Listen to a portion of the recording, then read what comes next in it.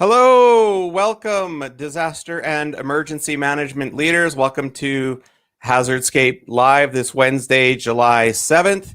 Thanks for joining us on this live stream. We are going to be talking to Family Support Manager Dominique Chabot from Autism Canada. We're going to get a little bit into emergency social services and from the perspective of not only a family support manager, but from a parent as well. So if you've got questions during the live stream or comments, please drop them into the comment box or like the post. We'll take your questions live on air. And we're going to be talking a lot today about, I think, about BC and the wildfires there and some of the evacuation. So if you're interested in this topic, please stay tuned. Really quickly, we've got coming up this month also a public speaking author or Public Speaking for Dummies author Allison Connolly is going to be with us this month. And we're going to be taking a bit of a break through July, but we'll keep our schedule posted. So let's get started.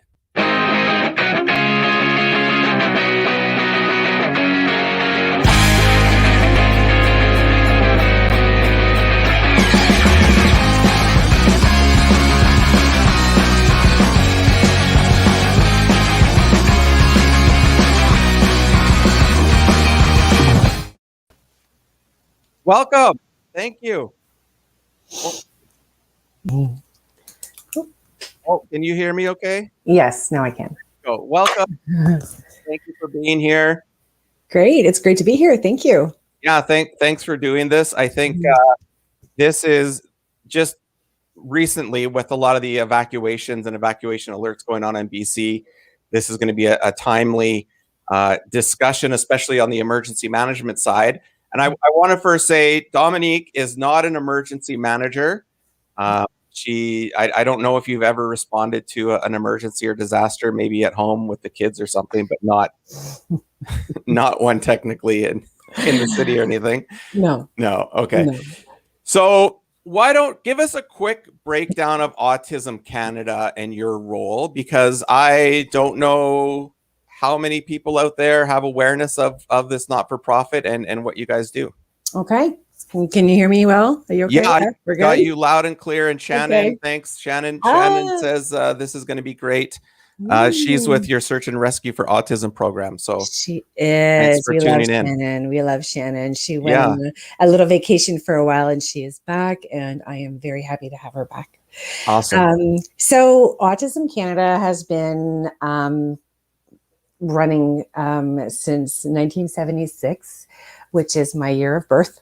So we are the same age, right? So when you're young. It's just a young not-for-profit. Oh, thank you. It's just a young. But then when I say, we've been around this is our 45th year. I'm starting to, it kind of.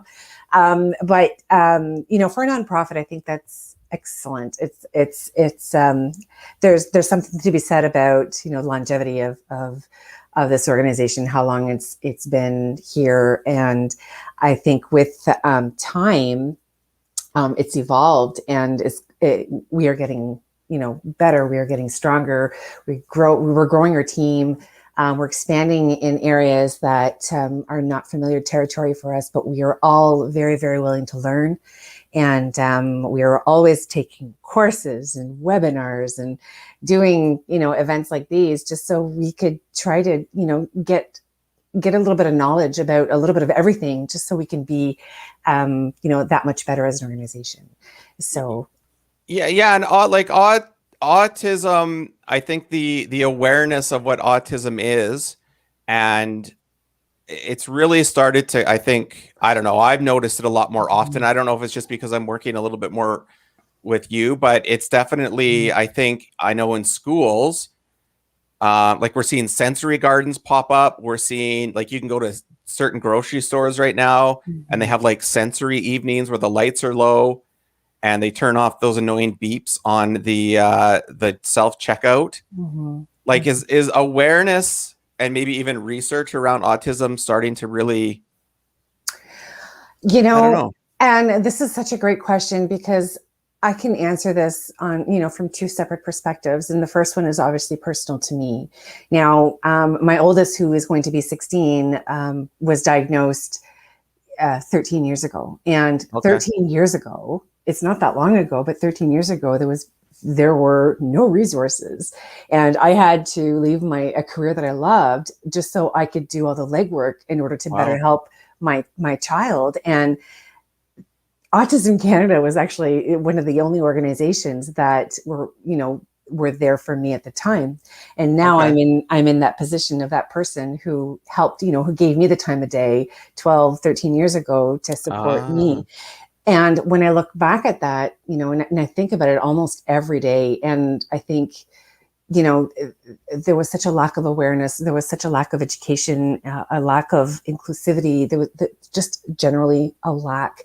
And over the years, we've gotten so much better. And I think, I agree with you. I think the awareness is there. Now let's do better, and let's, focus on acceptance and inclusivity, and just, spreading as much as we can, like, growing this, to me, I see it as a tree, and, let's just add to these branches, and let's have these branches touch on absolutely everything autism. Yeah. And so your Autism Canada's role really is, like, I think it's one of education. I don't know if you do you get involved in research projects at all, or have you dropped into that yet? We actually, so essentially what our organization does is we have several components to our organization. One is obviously the Search and Rescue for Autism, which is funded by, oh my God, Shannon, you're going to have to help me with this if I don't get it right, but funded by the SARNIF program. Yeah, Search and Rescue National Initiative Fund, I think it's called. Yeah, SARNIF for short. Right. And that's like a separate entity on its own. And it targets such a specific demographic that, that is so important. And then, of course, we have our family support, which is my area. And we basically, we are a very small team that, especially with the pandemic last year, we received over 3,000 calls and emails for resources, and how to begin the process and getting an assessment, what steps to take once a child has been assessed or diagnosed, or an adult feels that or suspects that they may be on the spectrum, what processes. And then you get this whole through in this pandemic, and we've had to be creative in how to provide resources because everything ended up going virtually. So, again, we're always learning. We're trying to grow. So the family support is really one of the main components of organization, is to provide resources and supports. We are the brokers of resources for all of Canada as it relates to autism. And then we have we have a different department who are strategic alignment manager, and he's partnering up with organizations to help spread, awareness and inclusivity, and how to partner with these organizations and these industries to be able to provide an all-inclusive environment, for all of those in the spectrum and some. So we are slowly kind of growing into different areas, different aspects, but we're trying to touch as much as we can. So we are a small team, but we do big things. Yeah, absolutely. And I know I sat through the Search and Rescue for Autism training that Shannon delivers, and I sat through it with people from NGOs, Salvation Army, Parks Canada were there. There was some other from some universities, and like, it's a huge hit at least in the first responder community, the search and rescue community. There's a lot there for emergency management professionals, and I know the theme of today really was talking a little bit around emergency social services. So again, I know you're not an emergency manager, but we do have this thing in emergency management when people get evacuated from a town or a city or any community. There's this function that drops into place that takes care of them in the immediate to short and even sometimes long term. And what I wanted to kind of discuss today was a little bit about, what in our emergency management community should we be considering when we set up, an evacuee center? what are some of the things we can keep in mind, not only from, your position as a family support manager, but even as a parent, that's going to help you, help your children, or even it could be your spouse or partner or uncle or aunt with autism. So let's start on the family support manager side, then we'll talk a little bit on the parent side. Sure. Some things we can do. As I think from an organizational perspective, one of the things that we encourage families and individuals and professionals, and, we get calls from all aspects and all angles. And one of the most common resources that we focus on building and being able to provide to these individuals, to the specialists and professionals are, and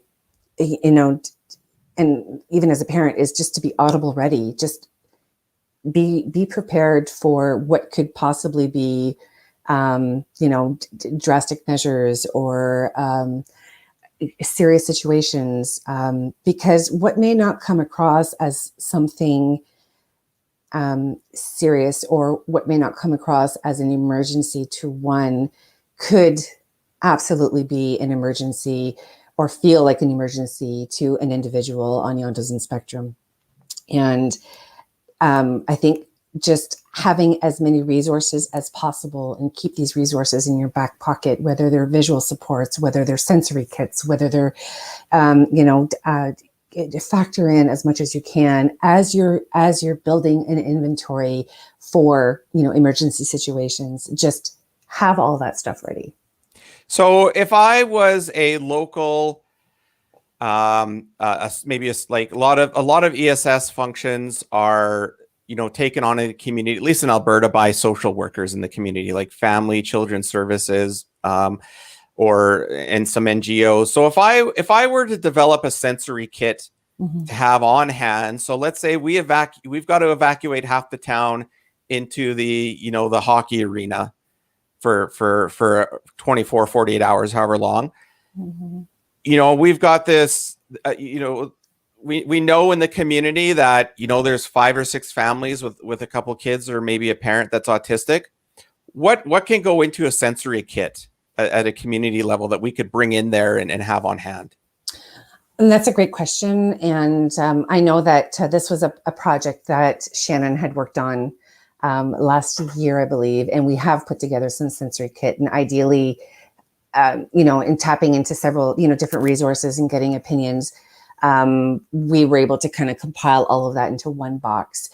And anything that is tactile, whether it's fidget toys, or whether it's something that can occupy the individual or the child, occupy their hands, just to help alleviate some of the anxieties and help tune out what's going on around them. Noise canceling headphones or earphones. These are, I personally, I have them for my kids. I take them everywhere because you never know. Some areas, some environments can be louder than expected, and it's triggering. So that's another important tool. Anything weighted. So if you can get like a lap pad, sometimes they offer them in, whether it's little blankets or with like little animals, and they have some sort of weight to it. It's really good to kind of, lay it on the individual or the child's shoulders and just apply a little bit of pressure. So pressure in the main areas and main joints help with de-escalating some of the anxiety and help with sensory processing. So anything along those lines, that even sunglasses, for example. Okay. Oh my gosh, you'll never know it, but sometimes fireworks, although in Ontario, most of everything was canceled on the 1st, but it didn't stop the neighbors. So, just sitting on our back deck, and all of a sudden our neighbors 2 houses down decided to throw some fireworks. Well, there it goes, go and grab the noise canceling earphones and the sunglasses because of the brightness on, everything was so close. So these are all things that you have to think your 5 senses are heightened. You want to be able, when it comes to someone on the spectrum, you want to be able to put in a little toolkit that offers, sensory supports to be able to help with that and de-escalate. Okay. And so like in the emergency management world, like communities spend quite a bit of time planning for the, events or incidences to impact their community. And so when I kind of thought about talking to you, I was trying to think of the perspective from like a municipal, director of emergency management. They wear multiple hats. Sometimes they're the fire chief as well in a community. And I'm wondering, what would be some good local supports that they could reach out to help with their planning? I mean, obviously that, like, I don't know if that social worker area is the right place to start, but where do you send people within a local context first? This is another great question. And it's a resource that a lot of people probably don't think of, but the colleges, the students in the SSW program, DSW program, even the, EAs, ECEs, teachers program, they are all very up to date with the programming that's being offered, because obviously programming evolves with everything else. Yeah. So components about, for example, whether it's when Asperger's was taken off the DSM-5, and whenever an individual is being taught in autism behavioral science or in even, DSW program, they were advised pretty much recently that component was removed from the DSM-5. So it's just kind of like they're updating as they go about autism in general, special needs. Okay. These students are probably one of the strongest resources, because they're really up to date on all of the new changes, all of the new language, all of the new, supports. So I strongly recommend your local college. Definitely one of the resources that I use regularly, I tap into regularly. But then you also have, of course, your social service workers, your DSWs, anywhere where they offer respite. These individuals are trained professionals, and they do have some very good ideas and tactics, because they are that frontline worker with the individuals with special needs. So they've had different experiences and can provide some insight that way as well. Yeah, that's actually a great idea, because you could actually, I guess, solicit some of the teachers in the community. Yep. To respond, once an emergency social services plan kicks in because an incident's happened, maybe they can show up at a welcome center, evacuation center, and just be there as that type of support to not only keep maybe some of the kids or adults, distracted in that way, but to also kind of set up a special area for anyone that's there. Absolutely. Absolutely. Okay. So yeah, that's like in emergency management, we have this kind of whole of society approach where we try to tune into all aspects of a community. And that's one idea. So yeah, Sean, perhaps a seminar on autism with ESS would be useful to emergency management students. Very, very likely. I think it's a component that we need to start paying a little bit more attention to, because I mean, like, everything is a spectrum these days, right? We can't just have this binary one size fits all for people anymore. And I think the kind of the neurodiversity piece of it is kind of the same. And I know, Shannon was saying, like sensory support kits and training, ESS needs to plan for supporting those on the spectrum. Yeah, absolutely. So when we think of a place like Lytton, BC, that is now 90% gone, I've been involved with fires at Slave Lake, Fort McMurray, and big displacements like that, but I can't imagine what it would be like for autistic on the parent side to no longer have a home and have lost everything that they've built in the home to support their children. So as a parent who's got this special, knowledge, if there are people right now who've lost their home or have evacuated, kind of what advice would you give them as they're going through this time? And my heart goes out to these people, that all of them, because I can't wrap my head around how much devastation, that can cause anybody. For families who, and caregivers who have children on the spectrum,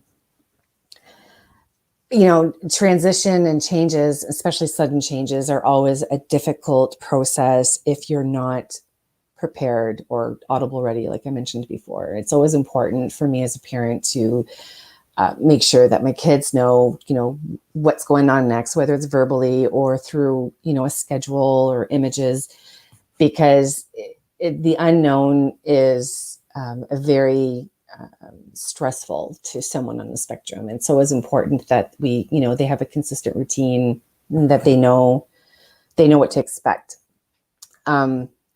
For the parents in this situation, and again, my heart goes out to them all, but don't be afraid to ask for help, reach out to family and friends, and just, if someone is offering to help you, to give you a moment of peace, whether it's 5 minutes, whether it's 10 minutes. I mean, the families who care for a special needs child, no matter where they are in the spectrum, no matter what the exceptionality, they never think of themselves. Parents very rarely take time for themselves. And I think Shannon can advocate for this. We are an organization that push for self-care. I, as a person, as a friend to other parents, I push self-care. It's so important. If you don't take that time, then you're not good to anybody else.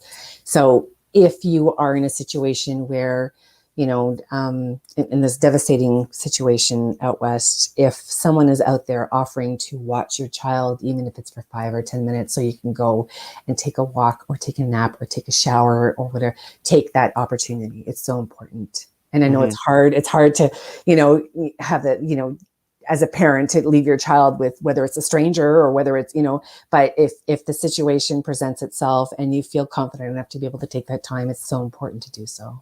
Yeah. What I think I can't remember the exact term you used, but it's audible. Audible ready. What is audible ready?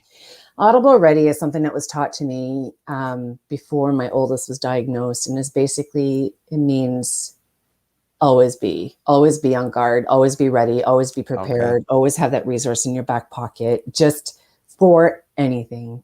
Learn as much as you can about a specific, in my case, it was about my child. I needed to learn about autism because 15 years ago, I knew nothing.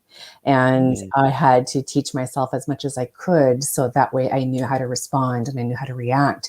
And I'm still learning. I got teenagers now. It's not easy.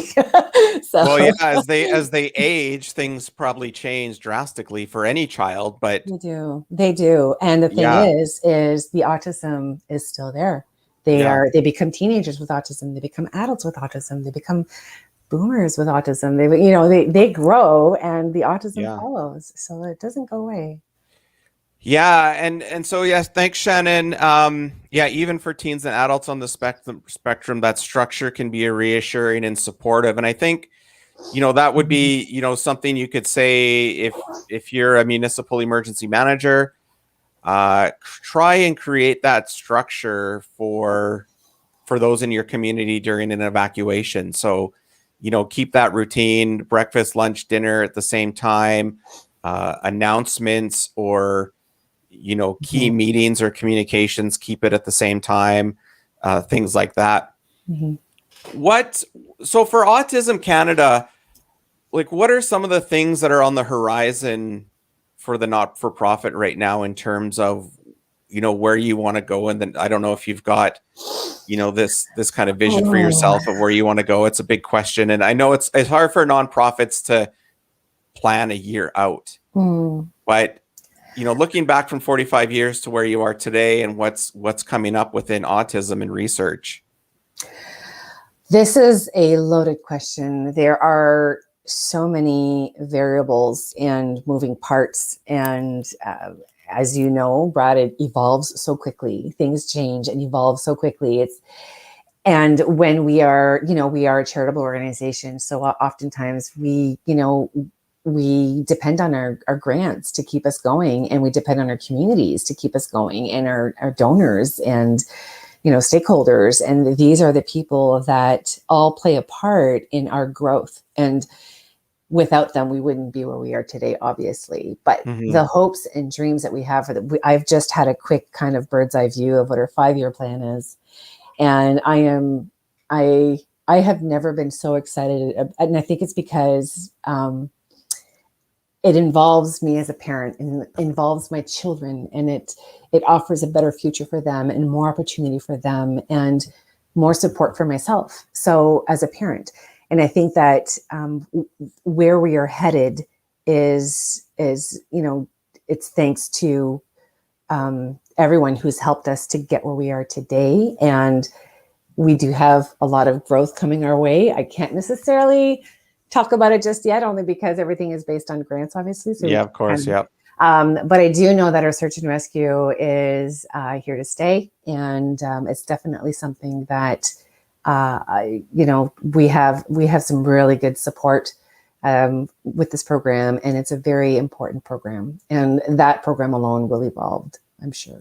Yeah. What do you, and I don't know if you've kind of gone into this territory yet, but like, how is Autism Canada starting to interact more with Indigenous families, like especially like on reserve? Mm-hmm. I would imagine you maybe, I don't know, like where are you with that relationship? Yeah.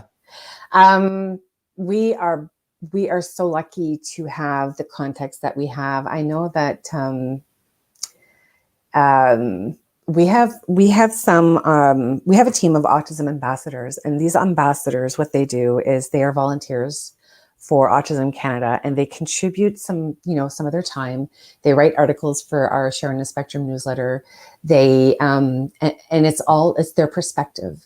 And we have several who are Indigenous, and with it being with everything going on, and again, my heart goes out to these families as well. We have asked our volunteers who are Indigenous to speak up and just let us have it. Give us as much of your perspective as you can. We need to learn more. We need to do more. And this also applies with disability services across Canada. Are obviously a contact that we've sustained over the years, and we are reaching out to them as well, and Ministry of Funding, to learn more about how we could provide services. Oh, I don't know if I lost internet on my end or your end, but one of us froze. If you're live, let me know what you're seeing on the comments. Hopefully it's not me, and we'll see what happened. But we'll try and get Dominique back in just a second here. I think she either lost her internet connection. I think Dominique lost her internet connection, or it fell off. So we'll see if she logs back in, and we'll keep going. I think I'm still live. It's usually the other end. So a couple, just to recap, if you're just tuning in, we're live with Autism Canada. Dominique Chabot is a family support manager from there. She unfortunately just lost her connection, and she'll be coming back, I think, and logging in. So we'll be back in a minute. If you've got questions or comments, please drop them in the comment box. But we're touching on sort of autism and the spectrum in relation to emergency social services, and what communities can do to access support and support families in their communities with those on the spectrum. And one of the things we were talking about is, if you're an emergency manager in a community, accessing the knowledge and expertise from your local schools or colleges. A lot of teachers in the education system work with autistic children, and they've got a lot of the up-to-date tools and techniques and research on how to support them. So if you're looking at adding elements to your emergency social services plan that include support for autistic families with autistic children or adults, that's one resource you can reach out. We even talked a little bit about having kits on the go for communities that they can bring into an evacuation center or a welcome center to set up a sensory safe space for children and adults with autism. So hopefully we'll see if Dom comes back. If not, we might have to cut it short a little bit, but I imagine she's probably frantically trying to get back on live. what else could we talk about? Let's see. Well, if you have not touched on the new issues report, let's see, what do we got here? Okay, thanks for filling in the gaps here. If you have any challenges finding resources, reach out to Autism Canada. We're here to help. Absolutely. And 100% Sean, we're fortunate here in Edmonton. We have an MP who's involved, okay, with Autism Canada, Mike Lake. Tap into him for education. Yeah, creating those political ties in emergency management is critical because, as we know, there she is. As we know, creating political ties is important. What did your dog? Did your dog chew on the Wi-Fi connection? No, I just lost my Wi-Fi. We're getting a storm here, so are you? You know, these are things that you don't plan for. And you know what? We're talking about planning. I should be on ready. I'm sorry. It's live and it's the internet. You can never plan. But I'll be okay. So here's what we'll do. We'll cut out that section on when I download it and put it on YouTube, so no one will even know that this happened. It's all good. Perfect.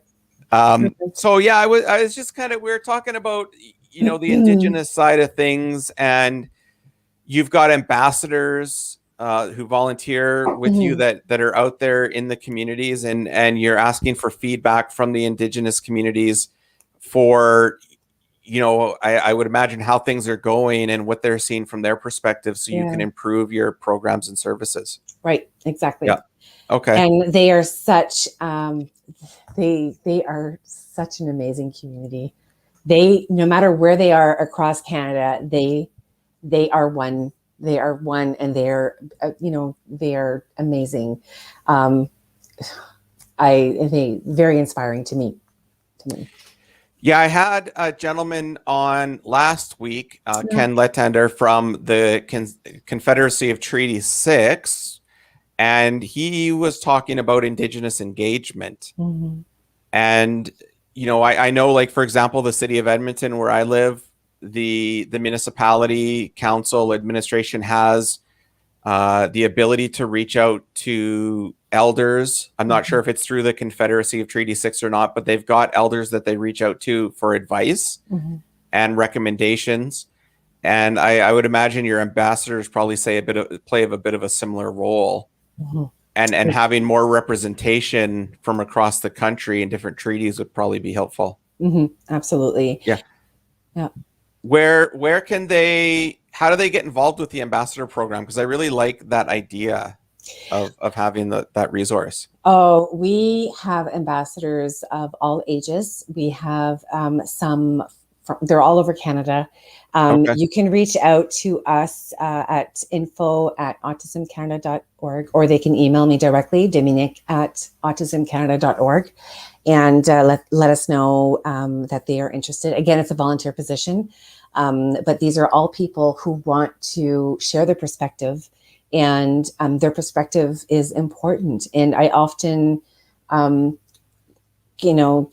probably reach out to maybe one or two daily just to, pick their brains. And there are a lot of calls I can answer and a lot of emails I can answer, but some require a very specific perspective. And I've got the perfect team to help me with that. And they all have strengths in different areas. So, email me or give us a call, and we'll, go through the process. It's not like a job, but it's a volunteer opportunity. Sure. So I wonder what, within an Indigenous knowledge system, like, I would imagine, like, back hundreds of years ago, I'd be curious to know how Indigenous people kind of supported those in their community that displayed autistic behaviors. Because I don't know, like, if it's a genetic, like, is autism genetic? That's not something I can answer. Okay. Everyone has their own belief on, where it stems from. Okay. But essentially, I think that, like anything else, and even as I mentioned before, 13 years ago when Kalem was diagnosed, there weren't very many resources out there. So right. When he was a baby, I would I would address his needs as best I knew how. And I think that that is across the board, no matter whether you're Indigenous or whether you're, if the BIPOC community or any place, you address you address the situation as best you see fit. And I think, again, that's where the awareness and the acceptance and the inclusivity, and especially those remote locations that don't necessarily have access to services, they need to be included in all of this. So it's important to realize that. So we're kind of at that point where there's still a lot of research being done. Mm-hmm. There's, in the Western side of medicines. Yeah. So I'll have to ask, because I'm always curious to know through like different Indigenous systems, how they sort of managed it, or maybe, I don't know, maybe like autism was not a thing 300 years ago. I don't know. I imagine there was probably something like that, because a lot of people were burning witches back then and things like that. And who knows why they were doing that, like some pretty horrific stuff. But it's always something I think about. Well, when you think of, when you watch, movies or, and even, for example, my step grandfather, who passed away a few years ago, but he was diagnosed with autism at 89. Because when my grandmother had passed away, they had to assess him to see if he was capable of living on his own, and going through the process, it's like, ooh, he's on the spectrum, and he was 89 years old. But I'm not afraid to say my age of 45. I'll say it again. Mm-hmm. And back in my day in elementary, I remember there was one student who was different, and she was with us for 2 years, and then she wasn't, and she didn't go back to school. And I want to say that perhaps she was placed, and that was a common thing. If you were different, you were placed. You were placed somewhere in an institution, hospital, a ward. So that is not. It's definitely not something that we encourage. There are some facilities across Canada that support, that provide support to families who have children or adult children with complex behaviors. But that, that's all they do. It's anything less, their services and their resources to be able to help as best they can. Mm-hmm. What are some of your other go-to resources? Like, I don't know if I think Autism Canada has like a resources page. I don't know I think you do. We are growing it. So it's, we've kind of taken most of that down. We've recruited 5 incredible summer students, and those who are some are openly autistic as well. And they are helping us grow this resource page. And with that being said, we are developing a peer program for post-secondary education, being able to team up someone who is, a student with exceptionalities with a student who is, neurotypical, and team them up and buddy them up, kind of like a peer program, and then help them through that transition, train that student to be able to help the other student with exceptionalities through the transition, through the, frosh and all that jazz. And we're also building a crisis line. We are in the process of building a framework for crisis line, a live chat, anything that we can do to help people access resources faster and more efficiently. Okay, so that'll be a national crisis line? It's our focus. It's our focus, of course, grant-based, but we are developing a framework for it. Yeah. Oh, that's awesome. Yeah. That's going to actually be, I think, a game changer in a lot of ways for a lot of families, because like, I know, like, my daughter's got dyslexia. She was diagnosed with dyslexia 2.5 years ago through the school. And like, there's just not, like, there is things out there on dyslexia, but there's not sort of good information on like that parent support side. Like how do you actually help them and support them? So having access to kind of like a dyslexia crisis line, especially when she's having some really bad day at school and comes home and brings that stress home, would like be awesome. Mm-hmm. So I'm glad to hear that you guys are doing that. That's cool. Yeah. Yeah. Sean. Okay. Thanks for that comment, Sean. Absolutely. yeah, maybe does autism within the Indigenous context fall within that two-spirited, the two-spirit belief and concept that they have? Absolutely. Very, very likely it does. And if anyone's listening, let us know. So where can we, if someone's listening right now and they want to know more or they want to reach out, you've got, is it autismcanada.ca? Org. Okay, autismcanada.org. Mm-hmm. And they can contact, like, you're on all the social media channels. You're on, like, you've got a LinkedIn page, We have Facebook LinkedIn, page. we have Facebook, we have Twitter, we have Instagram, and obviously our website. And there are multiple ways to get in touch with us. Yeah, and so and just quickly, kind of before we go, like if a family or someone within a community were to reach out to you and get a hold of you directly, like you work directly with families, what would they expect in the process? Is there like an intake, or is there what can they expect? No, thank you for asking that question. I think that so I am I don't want to say I'm a 24/7 operation, but I think Shannon can. You're probably pretty close. You're probably pretty are. I'm hoping to grow the team so I wouldn't have to be. Yeah. But I am the frontline worker for Autism Canada. So any calls or emails that come through that families request resources specific to their location and to their need. We do have crisis calls. I deal with crisis calls. I've dealt with suicidal ideations, suicidal tendencies, where I've had to, dispatch first responders to come to the client's home. So I deal with a vast, an array of questions, and they could be very, very simple ones. No question is stupid. Every question is important, and I take it all. So you can email me, you can call me, and it's basically you tell me what you need, and I do all the digging and provide whatever resources that you need specific to your call or to your email, and email it back to you. And then it's up to you to do the legwork. So there's no intake, there's nothing. I am just that person on the other side of the call.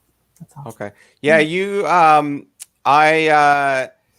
hats off to Autism Canada, because I attended one of your fundraisers with the bingo, the DJ bingo, which actually, I will say was, I think, looking back, that was the best on video based event that I've been to. And so if you don't know what we're talking about, it's what's his name? The crazy DJ? Dancing Phil. Yes. Yeah, he does this bingo and he plays songs and you got to guess the song on your bingo card. And he does a really good job of wanting to get people involved. I wasn't drinking that night, but I was didn't have to feel it. I didn't have to. No. And I'm not one to get up on the dance floor without at least a couple drinks. Right. Because I don't like to dance. But it was a lot of fun. So kudos to you. What really stood out for me was the community that attended. And just everyone kind of felt like a family on that call. And it totally came across. And I think that is in part because they have one central location, one central person to come and connect with. And you're kind of like this hub for so many people. Yeah. So absolutely. Thank you. Our events, we have, we do put on events throughout the year, and and I have to say the team is very creative as far as finding hosts and types of events that we, for fundraisers. And again, it's to keep us going. But I have to say that I think Dancing Phil is probably one of my favorites. Yeah, it was a lot of fun. So yeah. Okay, well, we know where to get a hold of you. We know how to reach out to you, whether you're an emergency management leader or a leader in the community. Autism Canada is here to support you. And I think, again, as we progress as a society into the future, I think resources like Autism Canada are going to be critical to supporting the broader group. So I thank you very much for coming on today and chatting with us. Thank you for having me. Okay, I'll be right back with you. Thank you all very much for tuning in. We'll be taking next week off, but we'll be back this month later with a public speaking for dummies author Allison Connolly. We'll be going through some warm-up exercise, and I really appreciate you tuning in. And as always, make sure stay connected.